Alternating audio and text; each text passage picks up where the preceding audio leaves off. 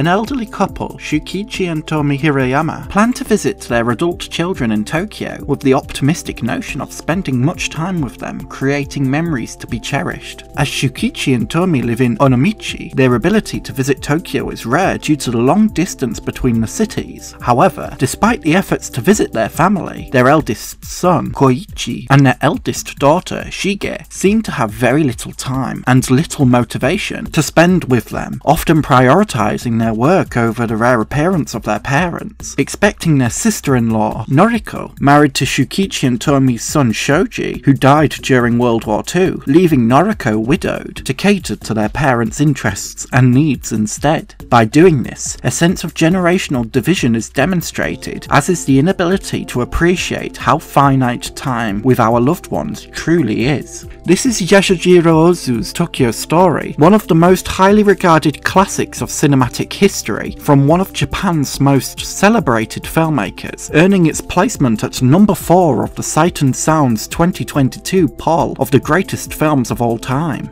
A prestigious film amongst many filmmakers and film lovers, loosely inspired by Leo McCarey's Make Way for Tomorrow, another film which depicts an elderly couple visiting family who have priorities elsewhere, depicting a division between the old and the new. Tokyo Story serves as a quiet yet profound examination of the dualities between old and new, tradition and progress, while also exploring the inevitability of aging and the limitations of finite time. Distinctively Japanese in its portrayal of 1950s cultural norms, Tokyo Story also retains a highly universal appeal for its capturing of gentle sadness and tragedy found in the irreversible changes within our families. Yasujirō Ozu's approach to filmmaking is often quiet, with a fondness for subtlety, depicting the nuances of complex family dynamics, demonstrating that Japan's progress into modernity began with the conflicts at home between an older generation's traditionalist values and the younger generation's movement away from traditionalism. This is frequent in much of Ozu's filmmaking, observing the family differences with stoicism, young women who held off from marriage, parents who expect their children to behave while children sought their own gratifications, parents learning their children will not share their own parenting techniques.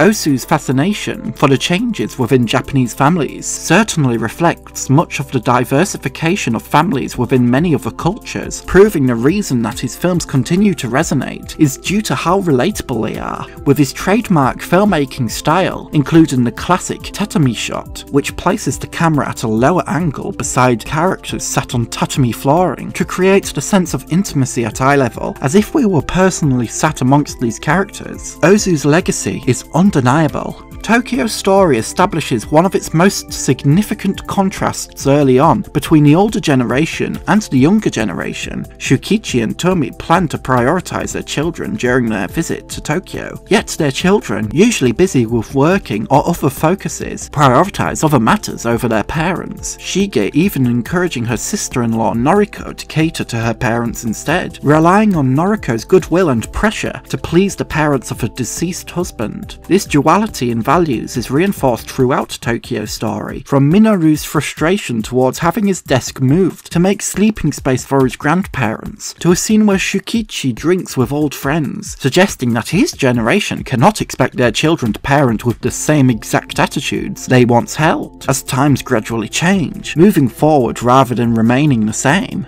Ozu's film illustrates that, while times are changing, no matter the decade you watch Tokyo Story in, there is always a period of change, and we could not expect younger generations to share the same attitudes as the older. There is also a sense of elderly evasion. To cater more to the necessities and urges of the young, the elderly become somewhat ignored. This is illustrated in a scene where Shukichi and Tomi, when gifted with a paid trip to an Atami hot springs resort, they struggle to sleep during the night as much of the younger patrons continue to gamble and play loud music through the night. The needs of the young are met, whereas the needs of the old are evaded. Even Tomi tells Noriko directly that she often feels she is a burden to her family, appreciative of any efforts made towards her, but recognizes the strains their visit is causing by disrupting the routine lifestyles their adult children have become accustomed to. There is heartbreaking truth here. Loneliness within the elderly population is unfortunately commonplace place, and it's difficult not to speculate that this sense of being a burden contributes to it. How is Tomi meant to feel anything else when her own children seem too busy to give her the time of day, unable to appreciate the efforts Tomi and Shukichi have gone through to visit them?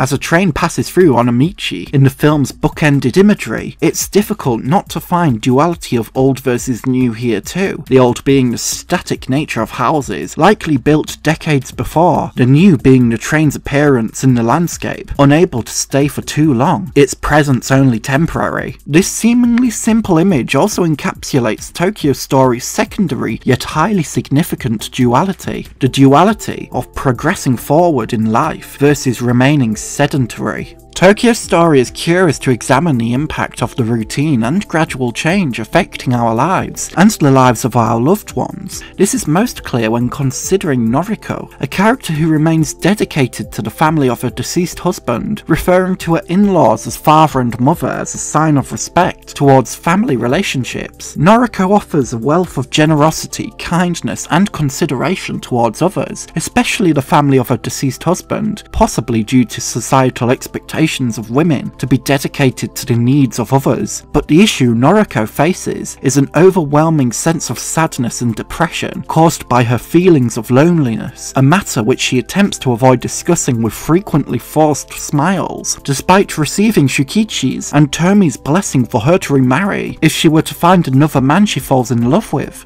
Within this situation, Noriko is challenged with either remaining widowed, dedicated to the Hirayama family, out of respect for her in-laws and her deceased husband Shoji, remaining within her current routine, or the possibility of seeking her own happiness as not to suffer through her feelings of overwhelming loneliness. Tokyo Story demonstrates the internal conflict this creates, illustrating that remaining within the familiar is an easier decision, but ultimately time waits for nobody, death is inevitable, and therefore prioritizing one's happiness is essential to living a happy life. Ultimately, Tokyo Story proves that the passage of time, aging, and death are inevitable. What may potentially be an upsetting truth for many viewers, Tokyo Story proposes this truth with a gentleness that makes it easier to accept, yet retains the emotional impact. As Shukichi's and Tomi's adult children prioritize other matters over their parents' visit, Tokyo Story suggests the importance of making time for your loved ones while you still can. As the film nears its conclusion, Tomi becomes critically ill, and the family is contacted to arrive as soon as possible, as Tomi may not make it through to the next morning, finally pushing their children to prioritize their parents, the time being short, but a necessity. Although unfortunately, Keizo, Shukichi's and Tomi's youngest son, arrives too late, begging his mother's body for forgiveness. While Tokyo Story suggests to make the most of the time you have with your loved ones, the film also elaborates on the difference in prioritization.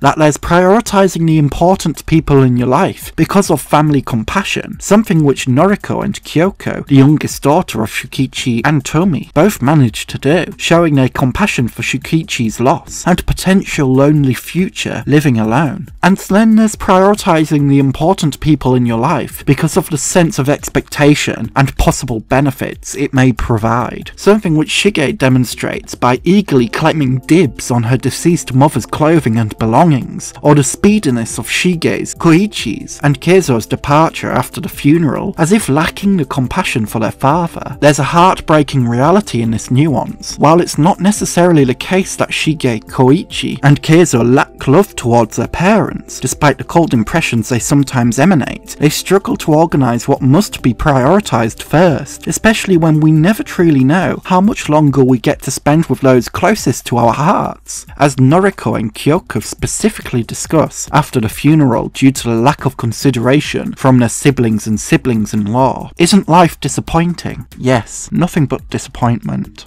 In conclusion, Yasujirō Ozu's Tokyo Story is a film filled to the brim with nuance and universal relatability, acknowledging the necessity for change and its difficulties, while also considering the challenges in generational values and attitudes conflicting, as well as acknowledging the importance of cherishing the little time we have on this planet for ourselves and with our loved ones. Despite Tokyo Story being released nearly 70 years ago, it will be 70 years old in November 2023. Its life lessons continue to resonate deeply with each new generation of cinema lover, willing to give the film the necessary patience and time it truly deserves.